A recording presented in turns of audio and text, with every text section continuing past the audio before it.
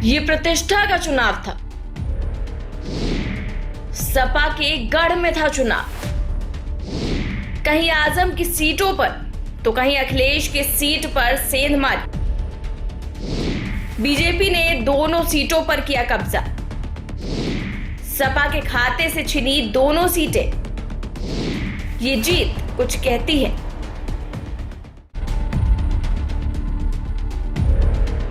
आजमगढ़ और रामपुर में बीजेपी ने बदलापुर बना दिया है और लोकसभा की दोनों ही सीटों पर जीत दर्ज कर इतिहास भी रच दिया है।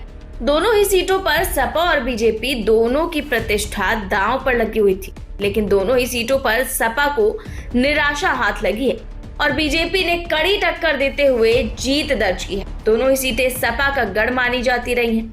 ये वही आजमगढ़ है जहां 2022 के विधानसभा चुनाव में बीजेपी का सुपड़ा साफ हो गया था, और ये वही रामपुर है जहां पर आजम खान विजेता हुए थे, लेकिन लोकसभा में दोनों ही सीटें सपा हार गई और बीजेपी ने जीत दर्ज की। यानी कहीं ना कहीं ये कह सकते हैं कि मोदी और योगी का जलवा कायम है और दोनों ही सीटें जीतकर ये बता दिया गया कि 22 में यह हाल है तो 24 में क्या होगा। यानी इस जीत के कई मायने निकाले जा रहे हैं। हालांकि सपा ने पूरी ताकत के साथ दोनों सीटों पर चुनाव लड़ा, लेकिन राजनीति है, कब क्या हो जाए किसी को नहीं पता, क्योंकि जनता ही जनार्दन है। जीत का सेहरा किसके सर बांधना है ये उसका हक है। खैर, जीत हार तो लगी रहती है, जो मैदान में लड़ता है वही सिकंदर कहलाता है। सपा प्रत्याशी धर्मेंद्र यादव ने कहा कि जीत हार तो लगी रहती है, लेकिन आजमगढ़ की जनता ने अपार समर्थन दिया, ये उनका साधुवाद है। साथ ही साथ अफसोस जाहिर करते हुए पार्टी से क्षमा मांगता हूँ। भैया फोन जरा नीचे कर लो यार, फोन जरा नीचे करो मेरे भाई।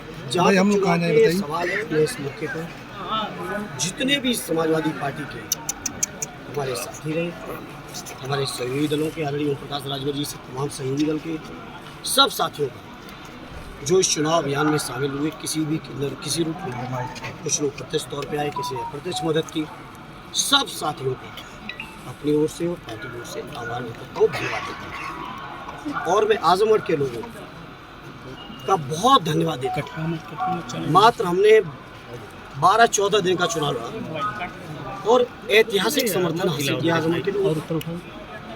जहाँ तक आपके पत्रकार साथी हार के कारण पूछ रहे हैं, तो मैं अपनी हार के लिए बधाई दूंगा भाजपा और बसपा के गठबंधन को, जो प्रत्यक्ष तौर पर राष्ट्रपति के चुनाव में भी सामने आ गया और आजमगढ़ के चुनाव में पहले से चल रहा था।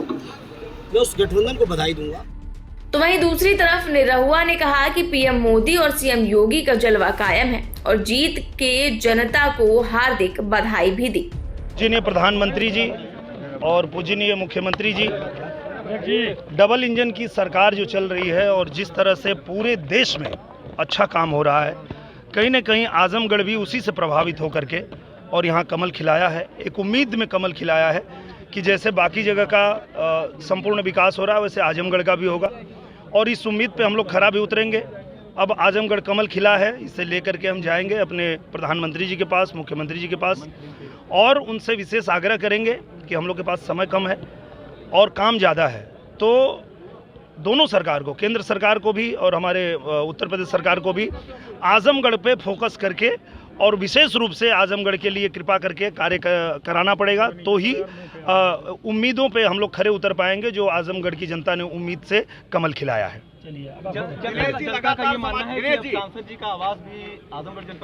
100% होगा, आजमगढ़ में ही होगा। और आजमगढ़ में वैसे भी मेरा, आप लोगों को बता दूं, मेरी मौसी का घर आजमगढ़ ही है, मेरे बुआ का घर आजमगढ़ है, मेरी दीदी का घर आजमगढ़ है। तो जिनको लगता है कि मैं बाहर से आया हूँ वो लोग भ्रम में हैं, उनको पता ही नहीं है कि मेरा पूरा बचपन आजमगढ़ में बीता है। मैं ज़्यादातर मेरे दोस्त मित्र साथी और जितने सहयोगी हैं सब आजमगढ़ में हैं। जितने साथी कलाकार आपको दिख रहे थे चुनाव के दौरान वो सब आजमगढ़ के हैं। तो मैं आजमगढ़ में ही रहूँगा और आजमगढ़ के लिए काम करने ही आया हूँ। और जी दिनेश जी, समाजवादी पार्टी लगातार कह रही थी कि नाचने गाने वाले लोग हैं, इनकी राजनीति में क्या जरूरत है, क्या जवाब देना चाहेंगे आज? नहीं, मैं उनको जवाब देने की मुझे ज़रूरत नहीं है। मुझे लगता है जनता ने उनको जवाब दे दिया है और हम लोग तो बस अब जनता के सेवक बने हैं, जनता की सेवा करेंगे। उनको जैसे जनता ने जवाब दिया है उनको जवाब मिल गया है। तो 22 में हुए विधानसभा चुनाव में समाजवादी पार्टी को हार का सामना करना पड़ा था और इस उपचुनाव से उसे काफी ज्यादा उम्मीदें थी, लेकिन हार का मुंह देखना पड़ा। अगर जीत होती तो शायद सपा के कार्यकर्ताओं को संजीवनी मिल जाती और 24 में इसका दम भी देखने को मिलता, लेकिन ये संजीवनी तो बीजेपी लेकर चली गई। साथ ही जनता ने ये भी संदेश दिया कि हमें जमीन से जुड़े नेता की जरूरत है, ना कि हवा हवाई। ब्यूरो रिपोर्ट, द यूपी खबर।